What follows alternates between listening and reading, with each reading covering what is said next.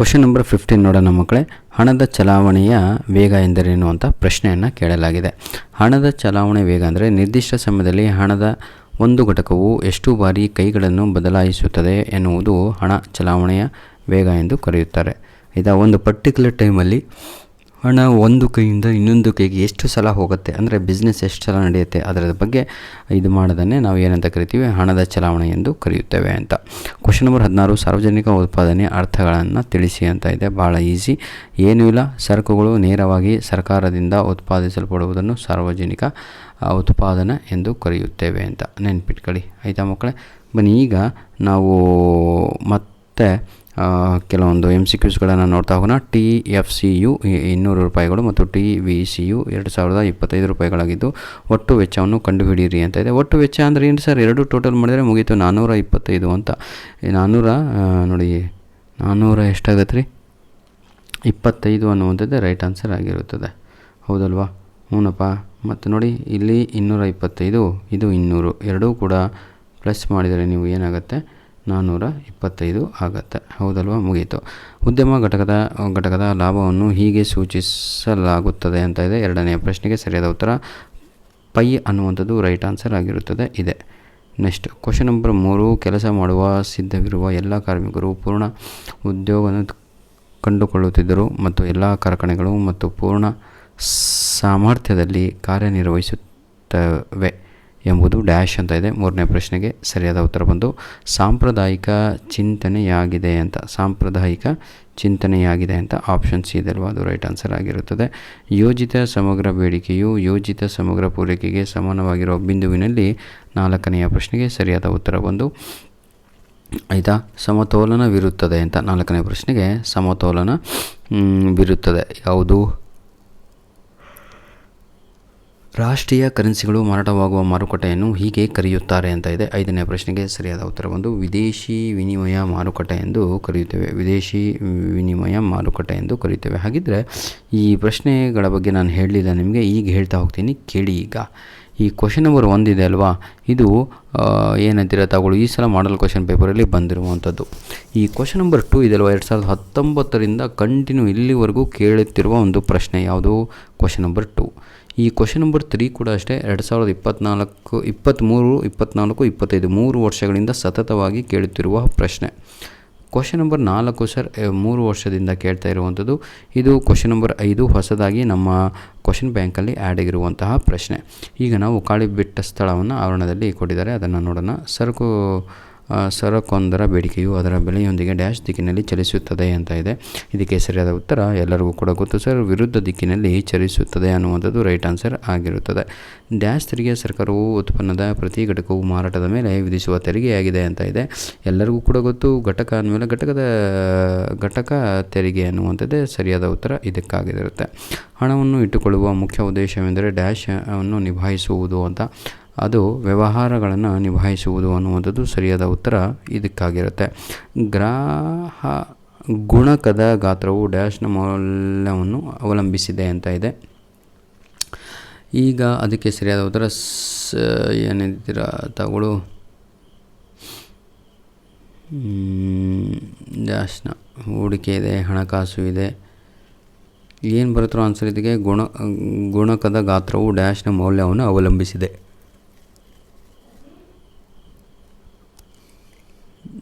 ಡ್ಯಾಶ್ನ MPC ಅಂತ ಅಂದ್ಕೊಂಡಿದ್ದೀನಿ ನಾನು. MPC ಇದೆ ಅಲ್ವಾ ಇಲ್ಲಿ?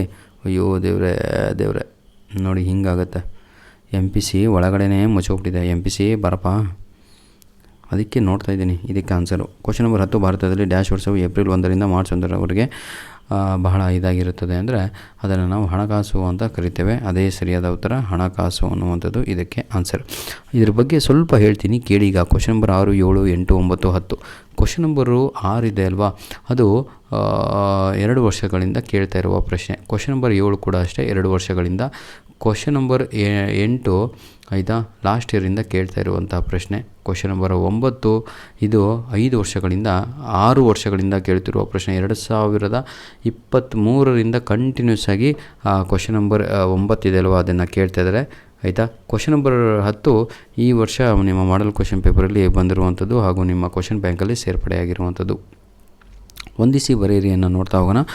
ವಾಸ್ತವಿಕ ಅರ್ಥಶಾಸ್ತ್ರ ಅಂತ ಇದೆ ಆಯಿತಾ. ಇದಕ್ಕೆ ವಾಸ್ತವಿಕ ಅರ್ಥಶಾಸ್ತ್ರ ಅಂತ ಹೇಳಿದರೆ ಇದನ್ನು ಕಾರ್ಯತಂತ್ರಗಳ ಆಯಿತಾ. ನೋಡಿ ಇದಕ್ಕೆ ಇದನ್ನೇ ಹಾಕ್ಬಿಡೋಣ ಡೈರೆಕ್ಟಾಗಿ ಹಿಂಗೆ ನಿಮಗೆಲ್ಲೂ ಮತ್ತು ಎಕ್ಸಾಮಲ್ಲಿ ಹಿಂಗೆ ಹಾಕಿರಪ್ಪ ಅದಕ್ಕೆ ಆಪೋಸಿಟೇ ಬರೀಬೇಕಾಯ್ತಾ.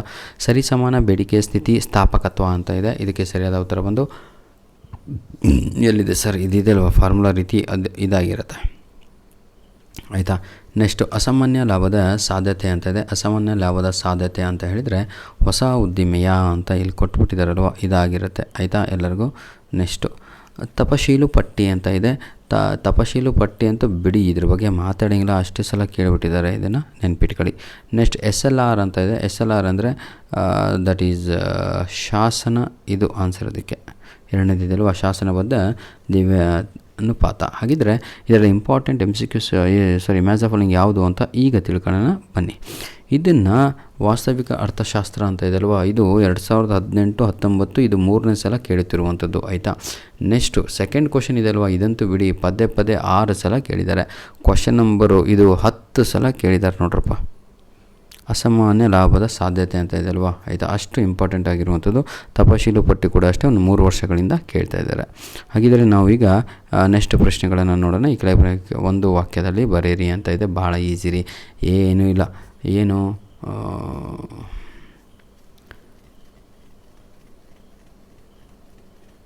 ನೋಡೋಣ. ಫಸ್ಟ್ ಒಂದೊಂದಾಗಿ ಈಸಿ ಇರೋದನ್ನು ಹೇಳ್ತಾ ಹೋಗ್ತೀನಿ ಕೇಳಿ. ಏನಿದು, ಒಬ್ಬ ಅನುಭೋಗಿಯ 2 ಕಿತ್ತಳೆ ಹಣ್ಣುಗಳನ್ನು ಘಟಕಗಳನ್ನು ಸ್ವಲ್ಪ ಸಣ್ಣಕ್ಕೆ ಮಾಡಿದರೆ ಪೂರ್ತಿ ಕ್ವಶನ್ ಕಾಣುತ್ತೆ. ನೋಡಿ ಈಗ ನೋಡಿ ಮಕ್ಕಳೇ, 2 ಕಿತ್ತಳೆ ಹಣ್ಣಂತೆ ನೆನ್ಪಿಟ್ಕೊಳ್ಳಿ ಆಯಿತಾ. ಎಷ್ಟು ಈಸಿಯಾಗಿ ಮಾಡ್ಬೋದು ನೋಡಿ.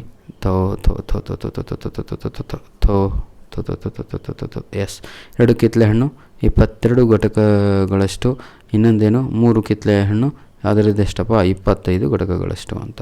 ಹಾಗಿದ್ರೆ ಇದನ್ನು ಈಗ ಹೇಗೆ ಮಾಡೋದು ಅಂತ ನೋಡಿ, ಎಷ್ಟು ಈಸಿಯಾಗಿದೆ ಆಯಿತಾ. MU3 is equal to 2U3 minus TU2 that is equal to 25 minus 22 that is equal to 3. 25ರಲ್ಲಿ 22 ಕಳೀರಿ ತಮ್ಮ, ಅವಾಗ ಏನು ಸಿಗುತ್ತೆ ನಿಮಗೆ ಆನ್ಸರು 3 ಸಿಗುತ್ತೆ. 3 ಇಲ್ಲಿ ಉತ್ತರ ಆಗಿದೆ ಆಯಿತಾ. Clear all of you. ಬನ್ನಿ ಈಗ ನಾವು ಆಧಾನ, ಇನ್ನೊಂದು ಕ್ವಶನ್ ಆದರೆ ಇದು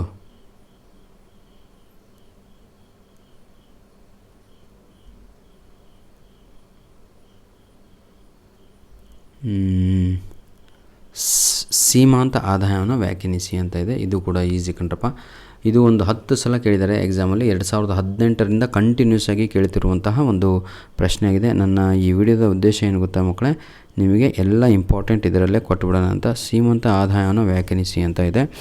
ಇದರ ಅರ್ಥ ವಸ್ತುವಿನ ಒಂದು ಹೆಚ್ಚುವರಿ ಘಟಕವನ್ನು ಮಾರಾಟ ಮಾಡುವ ಮೂಲಕ ಉದ್ಯಮ ಪಡೆಯುವ ಆದಾಯವನ್ನು ಸೀಮಾಂತ ಆದಾಯ ಎಂದು ಕರೆಯುತ್ತಾರೆ. ಐ ರಿಪೀಟ್, ವಸ್ತುವಿನ ಒಂದು ಹೆಚ್ಚುವರಿ ಘಟಕವನ್ನು ಮಾರಾಟ ಮಾಡುವ ಮೂಲಕ ಉದ್ಯಮ ಪಡೆಯುವ ಆದಾಯವನ್ನು ಸೀಮಾಂತ ಆದಾಯ ಎಂದು ಕರೆಯುತ್ತೇವೆ ಆಯಿತಾ. ನೆಕ್ಸ್ಟ್ ಕ್ವಶನ್ನು, ಸ್ವದೇಶಿ ಹಣದ ಮೌಲ್ಯ ಏರಿಕೆ ಎಂದರೇನು ಅಂತ ಇದೆ. ಇದು ಅಲ್ಲೇ ಆನ್ಸರೇ ಇದೆ. ನವ್ಯ ಅಂದರೆ ಹೊಂದಾಣಿಕೆ ವಿನಿಮಯ ದರದ ಪದ್ಧತಿ ಇರುವ ರಾಷ್ಟ್ರಗಳಲ್ಲಿ ಸ್ವದೇಶಿ ಹಣದ ಬೆಲೆಯು ವಿದೇಶಿ ಹಣದ ಎದುರು ಏರಿಕೆಯಾದಾಗ ಅದನ್ನು ನಾವು ಸ್ವದೇಶಿ ಹಣದ ಏರಿಕೆ ಎಂದು ಕರೆಯುತ್ತೇವೆ. ಈಗ ಡಾಲರ್ ಬೆಲೆ ಏರಿಕೆ ಇದೆ ಅಲ್ವಾ, ಅದನ್ನು ನಾವು ಸ್ವದೇಶಿ ಹಣ ಏರಿಕೆ ಎಂದು ಕರೆಯುತ್ತೇವೆ. ಇಷ್ಟೇ ಸರ್, ಮತ್ತೇನೂ ಇಲ್ಲ ಆಯಿತಾ. ಇವು 3 ಕ್ವಶನ್ಸು ಇಂಪಾರ್ಟೆಂಟು. ನೆಕ್ಸ್ಟ್ ಹೋಗೋಣ. ಈಗ ಸರಿಯಾದ ಉತ್ತರವನ್ನು ಆರಿಸಿ ಬರೆಯಿರಿ ಅಂತ ಇದೆ. ಮತ್ತು ನಾವು ಈಗ ಕೆಲವೊಂದು ಇದನ್ನು ನೋಡ್ಕೊತ ಬರೋಣ. ಈ ಕೆಳಗಿನಲ್ಲಿ ಯಾವುದು ಸೂಕ್ಷ್ಮ ಅರ್ಥಶಾಸ್ತ್ರದ ಉದಾಹರಣೆಯಾಗಿದೆ ಅಂತ. ಇದಂತೂ ಬಿಡಿ 2000 ನನ್ನ ಪ್ರಕಾರ 22ರಿಂದ ಆಯಿತಾ 22 ಆ್ಯನ್ಯುವಲ್ ಎಕ್ಸಾಮು ಹಾಗೂ ಸಪ್ಲಿಮೆಂಟ್ರಿ ಪದೇ ಕಂಟಿನ್ಯೂಸ್ ಆಗಿ ಒಗಿತಾನೆ ಇದ್ದಾನೆ. ಇದಕ್ಕೆ ಸರಿಯಾದ ಉತ್ತರ ಬಂದು ಅನುಭೋಗಿಯ ವರ್ತನೆ ಅನ್ನುವಂಥದ್ದು ರೈಟ್ ಆನ್ಸರ್ ಆಗಿರುತ್ತದೆ. ಅನುಭೋಗಿಯ ವರ್ತನೆ ಅಂತ. ನೆಕ್ಸ್ಟ್ TU ಸ್ಥಿರವಾಗಿದ್ದು MU ಡ್ಯಾಶ್ ಅಂತ ಇದೆ. ಶೂನ್ಯವಾಗಿರುತ್ತದೆ, ಎಲ್ಲರಿಗೂ ಕೂಡ ಗೊತ್ತಿದ್ದು ಶೂನ್ಯವಾಗಿರುತ್ತದೆ ಅನ್ನುವಂಥದ್ದು ರೈಟ್ ಆನ್ಸರ್. ಉದ್ಯಮ ಘಟಕದ ಸಂಸ್ಥೆಯಲ್ಲಿನ ಹೆಚ್ಚಳವು ಪರಿಣಾಮವಾಗಿ ಪೂರೈಕೆ ಹೆಚ್ಚಾಗುತ್ತದೆ, ಆಗ ಪೂರೈಕೆ ರೇಖೆಯು ಡ್ಯಾಶ್ ಅಂತ ಇದೆ. 3ನೇ ಪ್ರಶ್ನೆಗೆ ಅದಕ್ಕೆ ಸರಿಯಾದ ಉತ್ತರ ಬಲಕ್ಕೆ ಆಯಿತಾ, ಪಲ್ಲಟಗೊಳ್ಳುತ್ತದೆ ಅಂತ ಇದೆ ಅಲ್ವಾ, ಅದೇ ಸರಿಯಾದ ಉತ್ತರ ಆಗಿರುತ್ತೆ. ಬನ್ನಿ ಈಗ ನಾವು ಕ್ವಶನ್ ನಂಬರ್ 4 ನೋಡೋಣ. ಉತ್ಪಾದನಾಂಗ ವೆಚ್ಚದಲ್ಲಿ ನಿವ್ವಳ ರಾಷ್ಟ್ರೀಯ ಉತ್ಪಾದನವನ್ನು ಹೀಗೆನ್ನುತ್ತೇವೆ ಅಂತ 4ನೆಯ ಪ್ರಶ್ನೆ ಇದೆ. ಅದನ್ನೇನಂತ ಕರಿತೀವಿ? ರಾಷ್ಟ್ರೀಯ ಆದಾಯ ಅಂತ ಕರಿತೀವಿ. ಎಲ್ಲರಿಗೂ ಕೂಡ ಗೊತ್ತಿರುವಂಥ ಪ್ರಶ್ನೆ, ರಾಷ್ಟ್ರೀಯ ಆದಾಯ ಎಂದು ಕರೆಯುತ್ತೇವೆ. ಈಗ ನಾವು ಕ್ವಶನ್ ನಂಬರು ಏನಂತೀರ ತಾವುಗಳು 5 ನೋಡೋಣ. ಹೆಚ್ಚು ಉದ್ಯೋಗ ಎಲ್ಲಿಗೈತ್ರಿ? ಹೆಚ್ಚು ಉದ್ಯೋಗ ಮಟ್ಟದ ಪರಿಸ್ಥಿತಿಯ ಬೇಡಿಕೆಯು ಲಭ್ಯವಿರುವ ಉತ್ಪನ್ನಕ್ಕಿಂತ ಅಧಿಕವಾದ ಉಂಟಾಗುವ ಸನ್ನಿವೇಶ ಅಂತ ಇದೆ. ಇದನ್ನು ನಾವು ಅತಿ ಪ್ರಸರಣ ಅಂತ ಕರಿತೀವಿ. ಸ್ವಲ್ಪ ಆಯಿತಾ, 2026 ಎಕ್ಸಾಮ್ 3 ಆ್ಯನ್ಯುವಲ್ ಎಕ್ಸಾಮ್ 3ನಲ್ಲಿ ಈ ಪ್ರಶ್ನೆ ಕೇಳಿದರು. ಸ್ವಲ್ಪ ಟ್ವಿಸ್ಟಾಗಿ ಕೇಳಿದರು ಅಷ್ಟೇ. ಅತಿ ಪ್ರಸರಣ ಅನ್ನುವಂಥದ್ದೇ ಅದಕ್ಕೂ ಆನ್ಸರು ಇದಕ್ಕೂ ಆನ್ಸರ್ ಆಗಿತ್ತು. ಈಗ ಬಿಟ್ಟ ಸ್ಥಳವನ್ನು ತುಂಬಿ ಅಂತ ಇದೆ, ಇದನ್ನು ನೋಡ್ತಾ ಹೋಗೋಣ ಬನ್ನಿ. ಒಂದೇ ಗರಿಷ್ಠ ಮಟ್ಟದ ಉತ್ಪಾದನೆಯನ್ನು ನೀಡುವ 2 ಆಧಾರಗಳ ಎಲ್ಲ ಸಂಭವನೀಯ ಸಂಯೋಜನೆ ಸಮೂಹವನ್ನು ಡ್ಯಾಶ್ ಎಂದು ಕರೆಯುತ್ತೇವೆ ಅಂತ ಇದೆ. ಇದು ಏನು ಹೇಳೋಣ, ಮಾರ್ಚ್ ಇದೇ ವರ್ಷ ಫಸ್ಟ್ ಕೇಳಿರುವಂಥ ಪ್ರಶ್ನೆ. ಇದಕ್ಕೆ ಸಮ ಉತ್ಪನ್ನ ರೇಖೆ ಎಂದು ನಾವು ಕರೆಯುತ್ತೇವೆ. ಸಮ ಉತ್ಪನ್ನ ರೇಖೆ ಅಂತ ಇದೆ ಅಲ್ವಾ, ಇದೇ ಇದಕ್ಕೆ ಉತ್ತರ ಆಗಿದೆ. ಆಯಿತಾ, ಕೆಲವು ಚಟುವಟಿಕೆಗಳ ಡ್ಯಾಶ್ ವೆಚ್ಚವು ಬಿಚ್ಚಿಕೊಟ್ಟು 2ನೆಯ ಉತ್ತಮ ಚಟುವಟಿಕೆಯನ್ನು ಗಳಿಕೆಯಾಗಿರುತ್ತದೆ ಅಂತ 7ನೆಯ ಪ್ರಶ್ನೆ ಇದೆ. 7ನೆಯ ಪ್ರಶ್ನೆಗೆ ಸರಿಯಾದ ಉತ್ತರ ಬಂದು ಕೆಲವು, ಅದಕ್ಕೆ ಏನಂತೀರ ತಾವುಗಳು, ಸದಾವಕಾಶ ವೆಚ್ಚ ಅಂತ. ಸದಾವಕಾಶ ವೆಚ್ಚ ಅನ್ನುವಂಥದ್ದು ಸರಿಯಾದ ಉತ್ತರ ಆಗಿರುತ್ತದೆ. ಸದಾವಕಾಶ ವೆಚ್ಚ. ಸಮಗ್ರ ಅರ್ಥಶಾಸ್ತ್ರವು ಡ್ಯಾಶ್ದಲ್ಲಿ ತನ್ನ ಆಳವಾದ ಬೇರುಗಳನ್ನು ಹೊಂದಿದೆ ಅಂತ ಇದೆ. 8ನೆಯ ಪ್ರಶ್ನೆ. ಸಮಗ್ರ ಅರ್ಥಶಾಸ್ತ್ರವು ಡ್ಯಾಶ್ರಲ್ಲಿ ತನ್ನ ಆಳವಾದ, ಅದು ಸೂಕ್ಷ್ಮ ಅರ್ಥಶಾಸ್ತ್ರ ಅನ್ನುವಂಥದ್ದು ರೈಟ್ ಆನ್ಸರ್, ಅದು ಇದಕ್ಕಾಗಿರುತ್ತೆ. ಕ್ಲಿಯರ್ ಮಾಡಿ. ನೆಕ್ಸ್ಟು, ಭಾರತದಲ್ಲಿ ನಾಣ್ಯಗಳನ್ನು ಡ್ಯಾಶ್ ಚಲಾವಣೆಗೆ ತರುತ್ತದೆ ಅಂತ ಭಾರತದ ಸರ್ಕಾರ ಅನ್ನುವಂಥದ್ದು ಆಪ್ಷನ್ ಇದ್ದರೆ ಅದೇ ಬರೀಬೇಕು. ಏನಿದೆ? ಭಾರತ ಸರ್ಕಾರ ಅಂತ ಆಪ್ಷನ್ ಇದೆ. ಎಲ್ಲಿದೆ ಸರ್? ಸರ್ಕಾರ ಅಂತ ಇದೆ ಅಷ್ಟೇ. ಇದೇ ಆನ್ಸರ್ ಇದಕ್ಕೆ, ಭಾರತ ಸರ್ಕಾರ ಅಂತ. ಹಾಗಿದ್ರೆ ಬರೀ ಕ್ವಶನ್ ಓದಿದರೆ ನಿಮ್ಗೇನು ಉಪಯೋಗ ಈಗ ಅಂತ ಇಂಪಾರ್ಟೆಂಟ್ ಕ್ವಶನ್ಸ್ ಕೊಡಬೇಕಲ್ವ. ನೋಡಿ, ಕ್ವಶನ್ ನಂಬರ್ 6 ಅಂತೂ ಮತ್ತೆ ಆಡಬೇಡಿ, ಅಷ್ಟು ಸಲ ಕೇಳಿದರೆ. ಕ್ವಶನ್ ನಂಬರ್ 6, ಕ್ವಶನ್ ನಂಬರ್ 7 ಆಯಿತಾ, ಇವು ಬಹಳ ಸಲ. ಕ್ವಶನ್ ನಂಬರು 8 ಇದೆ ಅಲ್ವಾ, ಈ ಸಲ ಅದನ್ನು ಆ್ಯಡ್ ಮಾಡಿರುವಂಥದ್ದು. ಕ್ವಶನ್ ನಂಬರ್ 9 ಅಂತೂ ಕೇಳಲೇಬೇಡಿ ಆಯಿತಾ, ಪ್ರತಿ ವರ್ಷ ಕೇಳ್ತಾ ಇದ್ದಾನೆ. ಲಾಸ್ಟ್ ಒನ್, ತಪ್ಪುಗಳು ಮತ್ತು ಡ್ಯಾಶ್ಗಳು ಸಂದಾಯ ಬಾಕಿಯ 3ನೆಯ ಅಂಶವಾಗಿದೆ ಅಂತ ಇದೆ. ಲೋಪ ಅನ್ನುವಂಥದ್ದು ರೈಟ್ ಆನ್ಸರ್ ಆಗಿರುತ್ತದೆ. ಕ್ಲಿಯರ್ ಮಾಡಿ ಡಿಯರ್ ಚಿಲ್ಡ್ರನ್, ವೆರಿ ಗುಡ್. ಈಗ ನಾವು ಏನಂತೀರ ತಾವುಗಳು, ಮ್ಯಾಚ್ ದ ಫಾಲೋಯಿಂಗನ್ನು ನೋಡ್ತಾ ಹೋಗೋಣ. ಈಗ ಮ್ಯಾಚ್ ದ ಫಾಲೋಯಿಂಗನ್ನು ನೋಡೋದಾದರೆ ಸರಳ ಬೇಡಿಕೆ ರೇಖೆ ಅಂತ ಇದೆ. ಇದಕ್ಕೆ ನಾವು ಡೈರೆಕ್ಟಾಗಿ ಆನ್ಸರಿಗೆ ಹೋಗ್ಬಿಡೋಣ. ತೆರಿಗೆ ಎಲ್ಲಿದೆ ಅಮ್ಮ? ನೋಡು, ಇದೇ ಆನ್ಸರ್. ಡಿಪಿ MPL ಅಂತ ಇದೆ. ಇದಕ್ಕೆ ಸರಿಯಾದ ಉತ್ತರ ಬಂದು TPL. ಬರಪ್ಪ, ಮುಗೀತು. ಪರಿಪೂರ್ಣ ಪೈಪೋಟಿ ಅಂತ ಇದೆ. ಪರಿಪೂರ್ಣ ಪೈಪೋಟಿ ಅಂತ ಬಿಡ್ರಿ, ಒಂದು 10 ವರ್ಷದಿಂದ ಕೇಳ್ತಾ ಇದ್ದಾನೆ. ಡ್ಯಾಶ್ ಪರಿಣಾಮ ಮಾಹಿತಿ ಅಂತ. ಇದಕ್ಕೆ ಸರಿಯಾದ ಉತ್ತರ ಪರಿಪೂರ್ಣ ಮಾಹಿತಿ ಅನ್ನುವಂಥದ್ದು ಆಯಿತಾ. ಪರಿಪೂರ್ಣ ಪೈಪೋಟಿ ಅಂದರೆ ಪರಿಪೂರ್ಣ ಮಾಹಿತಿ ಅನ್ನುವಂಥದ್ದು ಸರಿಯಾದ ಉತ್ತರ ಆಗಿರುತ್ತೆ. ಹೊಂದಾಣಿಕೆಗಳು ಅಂತ ಇದೆ. ಇದನ್ನು ನಾವು ಠೇವಣಿಗಳು ಅಂತ ಕರಿತೀವಿ ಮಕ್ಕಳೇ, ಠೇವಣಿಗಳು ಅಂತ. ನೆಕ್ಸ್ಟು ಹೆಚ್ಚುವರಿ ಬೇಡಿಕೆ ಅಂತ ಇದೆ. ಇದನ್ನು ನಾವು ದೀರ್ಘಾವಧಿ, ಇಲ್ಲಿದೆ ನೋಡಿ ಎಲ್ಲರಿಗಿಂತ ಲಾಸ್ಟ್, ಇದಕ್ಕೆ ಇದು ಉತ್ತರ ಆಗಿರುತ್ತೆ. ಈ ರೀತಿಯಾಗಿ ಲೈನ್ ಹಾಕಿ ಬರೆದ್ರೆ ಎಕ್ಸಾಮ್ನಾಗೆ 0 ಮಾರ್ಕ್ಸ್ ಹಾಕಿ ಎಳಿತಾರೆ, ನೆನಪಿರಲಿ. ಹಾಗಿದ್ರೆ ಮ್ಯಾಚ್ ದ ಫಾಲೋಯಿಂಗಲ್ಲಿ ಯಾವುದು ಇಂಪಾರ್ಟೆಂಟು ಅಂತ ಸ್ವಲ್ಪ ನೋಡ್ತಾ ಹೋದರೆ ನಾವು, ಮ್ಯಾಚ್ ದ ಫಾಲೋಯಿಂಗಲ್ಲಿ ನಮಗೆಲ್ಲರಿಗೂ ಕೂಡ ಇದು ಕ್ವಶನ್ ನಂಬರ್ 1 ಸರಳ ಇದೆ ಅಲ್ವಾ, ಅದು ಹಾಗೂ ಕ್ವಶನ್ ನಂಬರ್ 3 ಪರಿಪೂರ್ಣ ಪೈಪೋಟಿ ಇದೆ ಅಲ್ವಾ, ಅದು ಬಹಳ ಇಂಪಾರ್ಟೆಂಟ್ ಆಗಿರುವಂತಹ ಪ್ರಶ್ನೆ. ಈ ಕೆಳಗಿನ ಪ್ರಶ್ನೆಗಳಿಗೆ 1 ವಾಕ್ಯಗಳಲ್ಲಿ ಉತ್ತರಿಸಿ ಅಂತ ಇದೆ. ಇಬ್ಬರು ಅನುಭೋಗಿಯ ಬೇಡಿಕೆಗಳು ಎಷ್ಟು ಈಸಿಯಾಗಿದೆ ರೀ ಆಯಿತಾ, ಈಗ ತಾನೇ ಹೇಳ್ಕೊಟ್ಟೆ. ಬನ್ನಿ ಸರ್, ಇದನ್ನು ಸ್ವಲ್ಪ ಝೂಮ್ ಔಟ್ ಮಾಡ್ಬೋದು. ಇನ್ ನಾಟ್ ಔಟ್ ಆಯಿತಾ. ಎಷ್ಟಿದೆ? ಇದು 20 ಅಂತೆ, ಇದು 25 ಅಂತೆ. ಹಾಗಿದ್ರೆ ಏನು ಕಂಡುಹಿಡಬೇಕು ತಮ್ಮ? ಪಿ ಆದಾಯವನ್ನು ಕಂಡುಹಿಡೀರಿ ಅಂತ ಕೊಟ್ಟಿದ್ದಾರೆ, ಹೌದಲ್ಲ. ಪಿ ಆದಾಯ, ಮಾರುಕಟ್ಟೆಯಲ್ಲಿ ಬೇಡಿಕೆ ಕಂಡುಹಿಡೀರಿ ಅಂತ. ಏನಿದೆ ರೀ ಎಲ್ಲರಿಗೂ ಕೂಡ ಗೊತ್ತು, ಹೌದಲ್ವಾ. ಎಷ್ಟು ಕೊಟ್ಟಿದ್ದಾರಪ್ಪ? ಇಬ್ಬರು ಅನುಭೋಗಿಗಳು ಬೇಡಿಕೆ ರೇಖೆಗಳು ಕ್ರಮವಾಗಿ D1P = ಹೌದಲ್ವಾ. ಅಯ್ಯೋ 10 - P 10 - 2P ಅಂತ ಇದೆಯಪ್ಪ. ಕೂತ್ಕೊಂಡು ಲೆಕ್ಕ ಮಾಡ್ರ ಆಯಿತಾ. ಏನೂ ಇಲ್ಲ ಕಣ್ರ, 10 - P 15 - P ಅಂತ ಹಾಕೊಂಡು ಮಾಡ್ರಪ್ಪ, ಬರುತ್ತೆ ಈಸಿಯಾಗಿ, ಟೆನ್ಷನ್ ತಗೋಬೇಡಿ. ಕ್ವಶನ್ ನಂಬರು ಈಗ ನಾನು ಅಸಾಮಾನ್ಯ ಲಾಭದ ಅರ್ಥವನ್ನು ನೀಡಿ ಅಂತ ಇದೆ. ಆಯಿತಾ.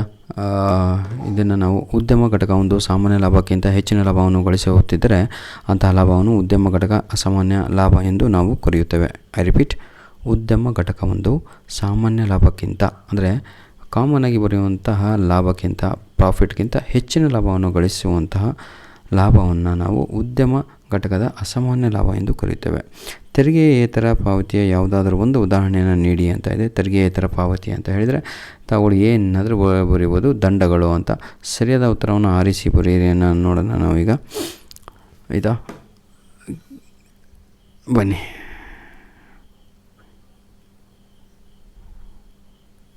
ಬಂತ ಎಲ್ಲರಿಗೂ? ಹಾಂ, ನೋಡಿ ವಿದ್ಯಾರ್ಥಿಗಳೇ, ಈಗ ನಾವು ಏನಂತೀರ, ತಾವುಗಳು ಬೇಡಿಕೆ ರೇಖೆಯ ಮಧ್ಯೆ ಬಿಂದುವಿನಲ್ಲಿ ಸ್ಥಿರ ಸ್ಥಾಪಕತ್ವ ಅಂತ ಇದೆ. ಕರೆಕ್ಟಾಗಿ ಕಾಣ್ತಾ ಇದೆ ಅನ್ಕೊಂಡಿದ್ದೇನೆ ಎಲ್ಲರಿಗೂ, ಹೌದಲ್ವಾ? ಇದಕ್ಕೆ ಸರಿಯಾದ ಉತ್ತರ ಬಂದು, ಆಯಿತಾ, 4 ವರ್ಷದಿಂದ ಇದನ್ನೇ ಕೇಳ್ತಾ ಇದ್ದಾನೆ ವಿದ್ಯಾರ್ಥಿಗಳೇ. ಹೊಂದಿಸಿ ಬರೀರಿ. ಇದು ನೋಡಿ, ತಳಿ ಇಲ್ಲಿ ಏನಾದರೂ ಬಿಟ್ಕೊಟ್ಟು ನಾನು ಇಲ್ಲ ಅಲ್ವಾ?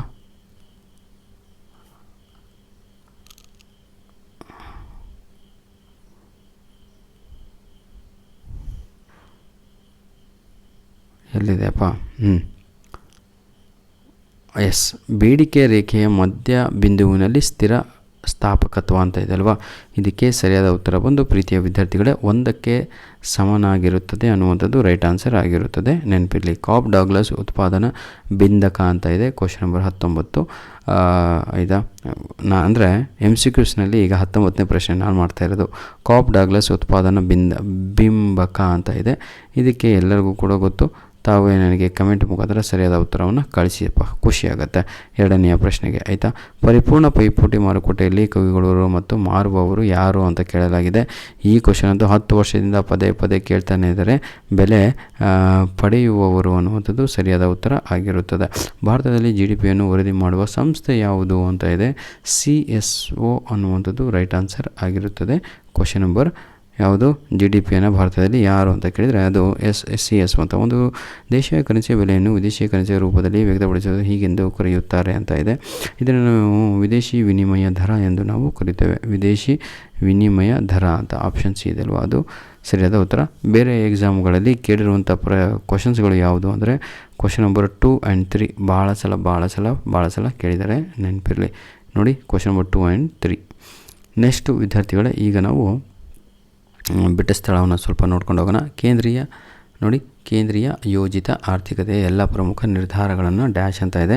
ಕೇಂದ್ರೀಯ ಯೋಜಿತ ಆರ್ಥಿಕತೆಯಲ್ಲಿ ಎಲ್ಲ ಪ್ರಮುಖ ನಿರ್ಧಾರಗಳನ್ನು ಡ್ಯಾಶ್ ಕೈಗೊಳ್ಳುತ್ತದೆ ಅಂತ ಇದೆ. ಸರ್ಕಾರ ಅಂತ ನಾನು ನಿಮ್ಗೆ ಹೇಳಿದೆ. 10 ವರ್ಷದಿಂದ ಇದನ್ನೇ ಕೇಳ್ತಾ ಇದ್ದಾರೆ ಕಂಡ್ರು ಅಂತ. ಇದೇ ಸೇಮ್ ಕ್ವಶನ್ ಮತ್ತೆ ಬಂತು, ಅದಕ್ಕೆ ನಾನು ಹೇಳ್ತಾ ಇರುವಂಥದ್ದು ರೆಡಿಯಾಗಿ. ABC ರೇಖೆಯು ಡ್ಯಾಶ್ ಬಿಂದುವಿನಲ್ಲಿ SMC ರೇಖೆಯು ABC ರೇಖೆಗಿಂತ ಛೇದಿಸಿ ಅದೇನೋ ಕೊಟ್ಟಿದ್ದಾರಲ್ವ, ಅದಂತೂ 4 ವರ್ಷಗಳಿಂದ ಕೇಳ್ತಾ ಇದ್ದಾರೆ. ಕನಿಷ್ಠ ಬಿಂದು Pನಲ್ಲಿ ಅನ್ನುವಂಥದ್ದು ರೈಟ್ ಆನ್ಸರ್ ಆಗಿರುತ್ತದೆ. ಆಯಿತಾ, ಕನಿಷ್ಠ ಅಂತ ಇದೆ ಅಲ್ವಾ, ಅದು ಸರಿಯಾದ ಉತ್ತರ ಸೆಕೆಂಡಿಗೆ ಆಗಿರುತ್ತೆ. ನೆಕ್ಸ್ಟು ಡ್ಯಾಶ್ ತೆರಿಗೆಯು ಸರ್ಕಾರವು ಉತ್ಪನ್ನ ಪ್ರತಿ ಘಟಕದಲ್ಲಿ ಮಾರಾಟದ ಮೇಲೆ ವಿಧಿಸುವ ತೆರಿಗೆಯಾಗಿದೆ ಅಂತ. 8ನೆಯ ಪ್ರಶ್ನೆ, ತೆರಿಗೆಯಾಗಿದೆ ಅಂದರೆ ಘಟಕ ತೆರಿಗೆ ಅನ್ನುವಂಥದ್ದು ರೈಟ್ ಆನ್ಸರ್ ಆಗಿರುತ್ತದೆ. ಅದು ಘಟಕ ತೆರಿಗೆ ಅಂತ. ಕ್ವಶನ್ ನಂಬರ್ 9, M1 and M2ಗಳನ್ನು ಡ್ಯಾಶ್ ಎಂದು ಕರೆಯುತ್ತೇವೆ ಅಂತ ಇದೆ. ಏನಂತ ಕರೀತೀರ? ಸಂಕೋಚಿತ ಹಣ ಎಂದು ನಾವು ಕರೆಯುತ್ತೇವೆ. ಇಷ್ಟರಿ ಮತ್ತು ಏನಿಲ್ಲ, ಸಂಕೋಚಿತ ಹಣ ಅಂತ. ಸರ್ಕಾರವು ಆದಾಯವನ್ನು ಆಧರಿಸದೆ ವಿಧಿಸುವ ತೆರಿಗೆಗಳನ್ನು ಡ್ಯಾಶ್ ಎಂದು ನಾವು ಕರೆಯುತ್ತೇವೆ ಅಂತ ಇದೆ. 10ನೇ ಪ್ರಶ್ನೆಗೆ ಸರಿಯಾದ ಉತ್ತರ ಬಂದು ಪ್ರೀತಿಯ ವಿದ್ಯಾರ್ಥಿಗಳೇ, ಅದು ಒಟ್ಟು ತೆರಿಗೆಗಳು ಅನ್ನುವಂಥದ್ದು ರೈಟ್ ಆನ್ಸರ್ ಆಗಿರುತ್ತದೆ. ಒಟ್ಟು ತೆರಿಗೆಗಳು ಇದೆ ಇದಕ್ಕೆ ಉತ್ತರ. ಆಯಿತಾ, ಇದು. ನೆಕ್ಸ್ಟು ಹೊಂದಿಸಿ ಬರೆಯಿರಿ ನೋಡೋಣ. ಕೊನೆಯ ಭಾಗದಲ್ಲಿದ್ದೇವೆ, ಬೇಜಾರಾಗಬೇಡಿ. ಸರಳ ಬೇಡಿಕೆ ರೇಖೆ ಅಂತ ಇದೆ. ಇದಕ್ಕೆ 100% ಸರಿಯಾದ ಉತ್ತರವನ್ನು ತಗೊಳ್ಳು, ಬರ್ಕೊಂಬಿಡಿ. ಈಗ ತಾನೇ ಪದೇ ಕೇಳ್ತಾ ಇದ್ರಲ್ವ, ಅದೇ ಕ್ವಶನ್ ಸರ್, ಮತ್ತೆ ಏನೂ ಇಲ್ಲ. ಇದೇ ಇದಕ್ಕೆ ಉತ್ತರ. ಲಾಸ್ಟ್ ಒನ್ ನೋಡಿ, ಎಸ್ ಎಲ್ಲ ಬಂತು. MR = ಡ್ಯಾಶ್ ಅಂತ ಇದೆ. ಡೆಲ್ಟಾ TR ಅಂತ ಇದೆ ಅಲ್ವಾ, ಇದೇ ಇದಕ್ಕೆ ಸರಿಯಾದ ಉತ್ತರ ಆಗಿರುತ್ತೆ. ಮರು ಖರೀದಿ ಒಪ್ಪಂದ ಅಂತ ಇದೆ. ಮರು ಖರೀದಿ ಒಪ್ಪಂದ ಅಂದರೆ ರೆಪೋ ಅಂತ, ಅದಕ್ಕೆ ಅವರೇ ಆನ್ಸರ್ ಕೊಟ್ಟುಬಿಟ್ಟಿದ್ದಾರೆ. ಉಳಿತಾಯ ಅಂತ ಇದೆ. ಉಳಿತಾಯ ಅಂತ ಹೇಳಿದರೆ Y - C ಅನ್ನುವಂಥದ್ದು ರೈಟ್ ಆನ್ಸರ್ ಆಗಿರುತ್ತದೆ.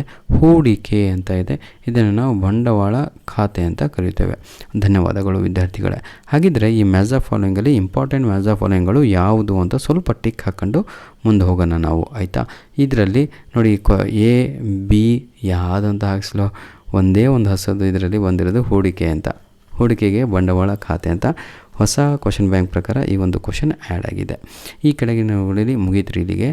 ಒಂದು ವಾಕ್ಯ ಅಥವಾ ಪದಗಳಲ್ಲಿ ಉತ್ತರಿಸಿ ಅಂತ. ಒಬ್ಬ ಅನುಭೋಗಿಯ 5 ಕಿತ್ತಳೆ ಹಣ್ಣುಗಳನ್ನು 24 50 ತುಷ್ಟಿಗುಣ ಮತ್ತು 6 ಕಿತ್ತಳೆ ತುಷ್ಟಿಗುಣವನ್ನು ನೀಡುತ್ತದೆ ಎಂದು ಭಾವಿಸಿದರೆ ಶ್ರೀಮಂತ ತುಷ್ಟಿಗುಣವು ಎಷ್ಟು ಅಂತ ಇಲ್ಲಿ ಕೇಳಿದ್ದಾರೆ. 12ನೆಯ ಪ್ರಶ್ನೆಗೆ ಸರಿಯಾದ ಉತ್ತರ ಬಂದು ವಿದ್ಯಾರ್ಥಿಗಳೇ ಎಲ್ಲ ನೀವು ಕ್ಯಾಲ್ಕುಲೇಷನ್ ಮಾಡಿದರೆ ಈ ಕಡೆ ಎಷ್ಟು ಇದು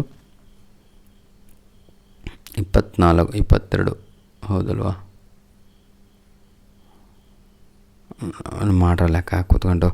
ಪೂರೈಕೆ ಎಂದರೇನು ಅಂತ ಇದೆ. ಪೂರೈಕೆ ಎಂದರೇನು ಅಂತ ಹೇಳಿದರೆ ಆಯಿತಾ, ನೀಡಲಾದ ಬೆಲೆ ತಂತ್ರಜ್ಞಾನ ಮತ್ತು ಉತ್ಪಾದನಾಂಗಗಳನ್ನು ಬೆಲೆಗಳಲ್ಲಿ ಉದ್ಯಮ ಘಟಕಗಳ ಮಾರಾಟ ಮಾಡಲು ಬಯಸುವ ಸರಕಿನ ಪ್ರಮಾಣವನ್ನು ಪೂರೈಕೆ ಎಂದು ನಾವು ಕರಿತೇವೆ. ನೋಡಿ, ನೀಡಲಾದ ಬೆಲೆ ತಂತ್ರಜ್ಞಾನ ಉತ್ಪಾದನಾಂಗಗಳ ಬೆಲೆಗಳಲ್ಲಿ ಉದ್ಯಮ ಘಟಕಗಳು ಮಾರಾಟ ಮಾಡಲು ಬಯಸುವ ಸರಕಿನ ಪ್ರಮಾಣವನ್ನು ಪೂರೈಕೆ ಎಂದು ಕರೀತೇವೆ.